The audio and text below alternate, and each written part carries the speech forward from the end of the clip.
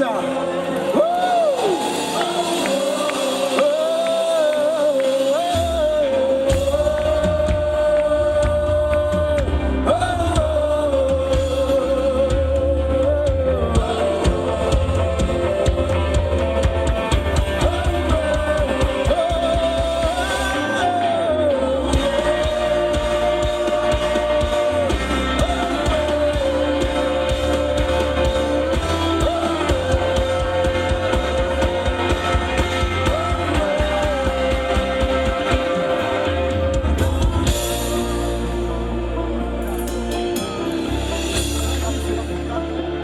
Ariko noneho ubwo niko Uhoraho agize, wakuremye yewe Yakobo kandi akakubumba yewe Isirayeli, ati ntutinye kuko nagucunguye, naguhamagaye izina uri uwanje.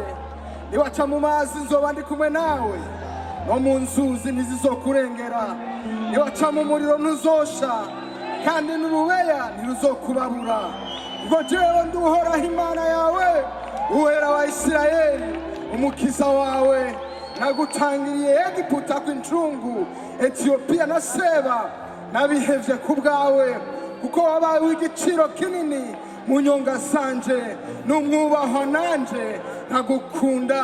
Nico gitumye zoheba abantu ku bwawe n'amahanga kubw'ubugingo bwawe. Ntutinye kuko ndi kumwe nawe, zosa n'uruvyaro rwawe. Ndarukuye iburasirazuba, zogukoraniriza hamwe. Ndagukuye iburengerazuba, zobwira iburaruko nibare kure, nibumanuko ntintubimane. Sana abahungu banje ubakuye kure, n'abakobwa banje ubakuye ku mpera y'isi. N'umuntu wese yitirirwa izina ryanje, uwo naremye icubahiro canje. Naramubumvye mbere naramuremye, sohora impumyi zifise amaso n'ibipfamatwi bifise amatwi. Amahanga yose nakoranye, amoko yose nahurire hamwe. Ninde muri bo yoshobora kubimenyekanisha akatwereka ibyabaye ubwa mbere? Nibazanye ivyabo na vyabo batsindanishirizwe, canke nibumve bemere bati n'ivy'ukuri ni mwebwe vyabo na vyanje.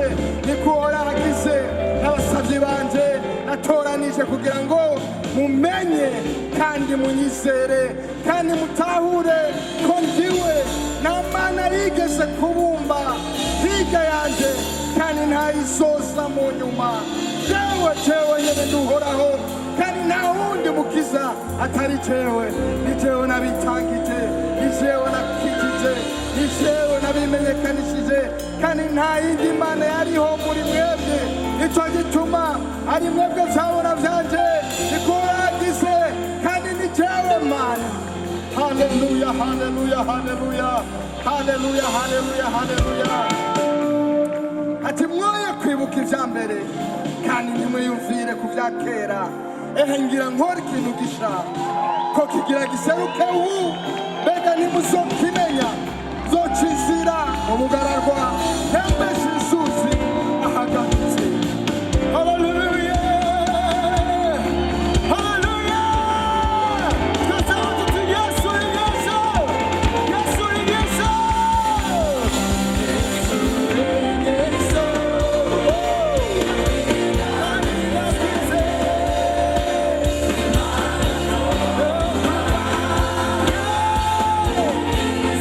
Yesu ni Yesu.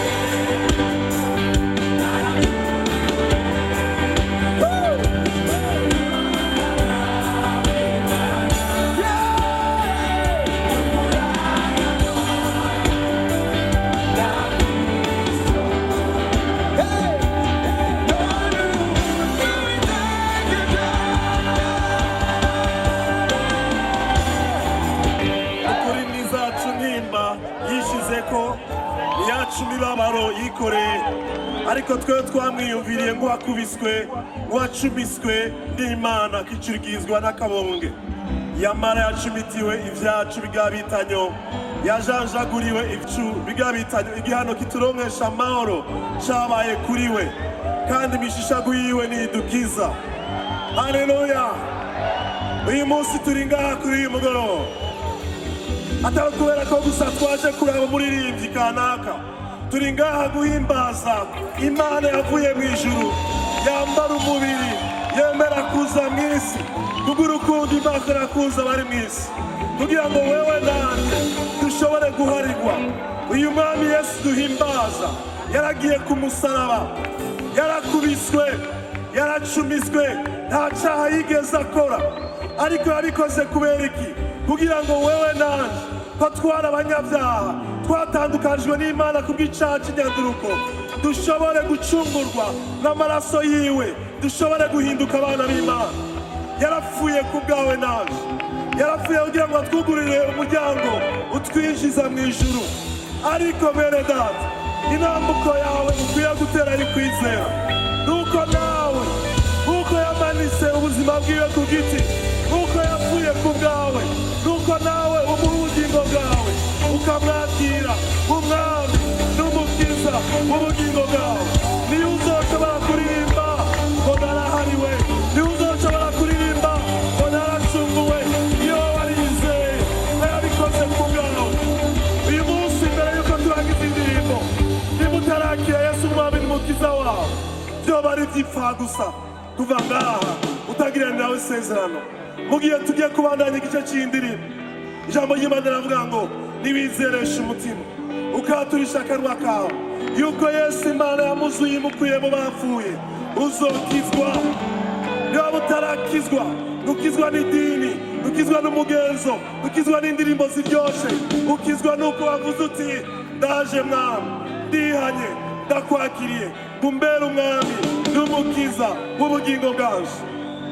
Tugiye kubana mu gace ka kabiri k'indirimbo, ariko niba utarafata iyo ngingo, ndakwibutsa ijuru ririho, ntirizogendamo abakristu, rizogendamo abaporoti, rizogendamo abanyedini, rizogendamo uwizeye Kristo akamwatura nk'umwami n'umukiza w'ubugingo bwiwe. Nimba utabikoze urabizi, nimba warabikoze urabizi. Inyuma y'uyu mugoroba n'umwanya wawe gufata ingingo yo kwakira Yesu. Nimba utaravuka ubwa kabiri, mugihe baturongora muri iyi ndirimbo, nagomba aho uri mu kibanza cawe, nimba utarafata ingingo yo kwakira Yesu umwami n'umukiza, ngo uvuke ubwa kabiri, uduze ukuboko kwawe uhagaze, dufashe gusenga, ubicare mwegisha, ukizwe umwana w'Imana. Ndabona benshi ari inyuma.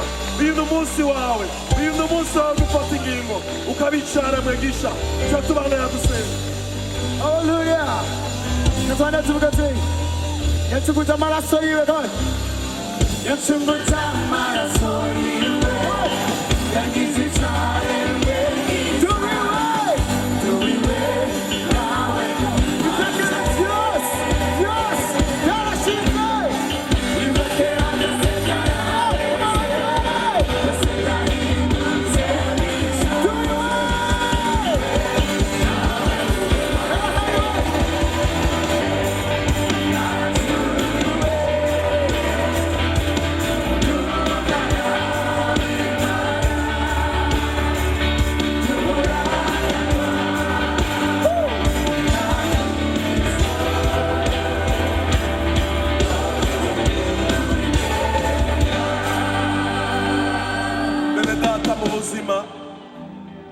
Hari ingingo n'ingingo, hari decision yo kugira mariage, umuntu akagiranira isezerano n'umuntu bagahinduka umugabo n'umugore.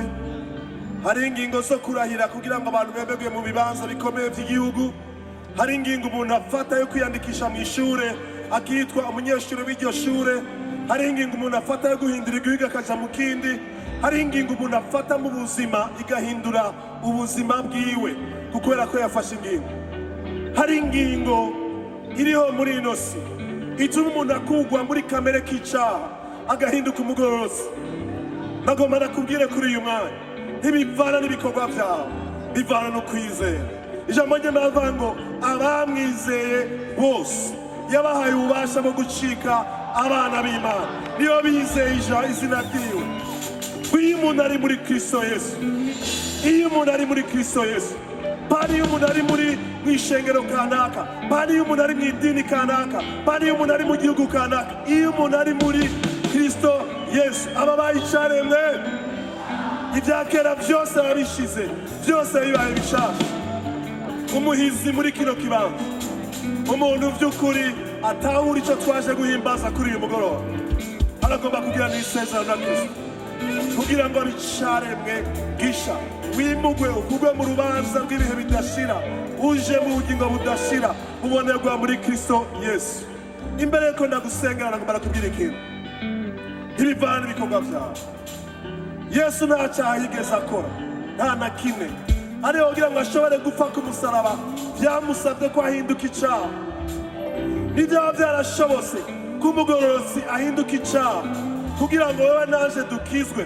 Mbega iyo Mana birarinaniye yuko umunyabyaha nkawe naje atwambika ukugororoka bitavuye ku gikorwa cyacu, ariko bivuye ku kwizera wapfuye gusa akazuka ku bwacu. Ibi si iby'idini, ibi si iby'abaporoti, ibi si iby'abakizwa. Iyi ni desiziyo y'ubuzima utayifashe.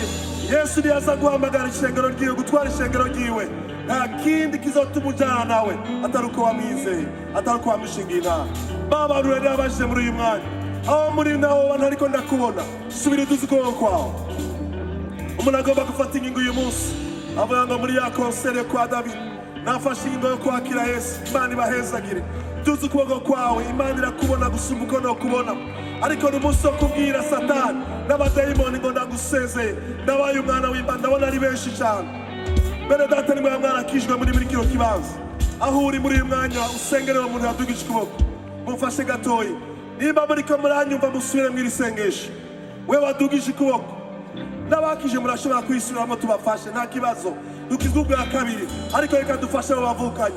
Uvuga uti data ndagushimiye ko wandemye mu ishusho yawe, ndagushimiye ko wankunze ugatanga umwana wawe ku musaraba agapfa ku bwanje, akazuka mu bapfuye kugira ngo atsindanishirize. Uyu munsi nditahuye ko ntari umunyabyaha, ko ntashobora kwikiza, ariko menye neza ntabikekeranye ko Yesu yazutse mu bapfuye kugira ngo atsindanishirize.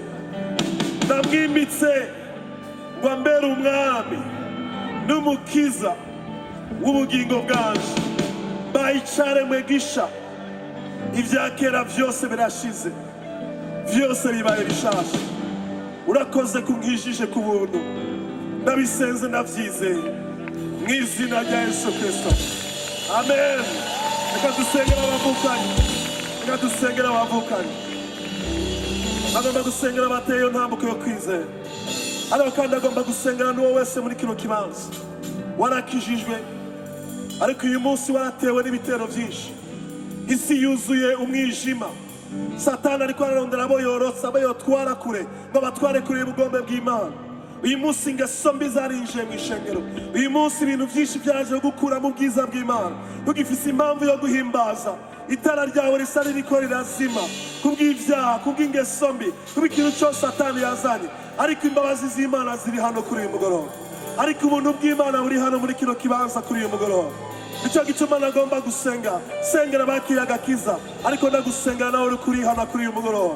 Reka dufatanye muri uyu mwana, ugaye amaso yawe urebe gusa amazwa n'ibiri iruhande. Turi mu kibanza cy'Umuremyi, ari hano mu cyubahiro ciwe.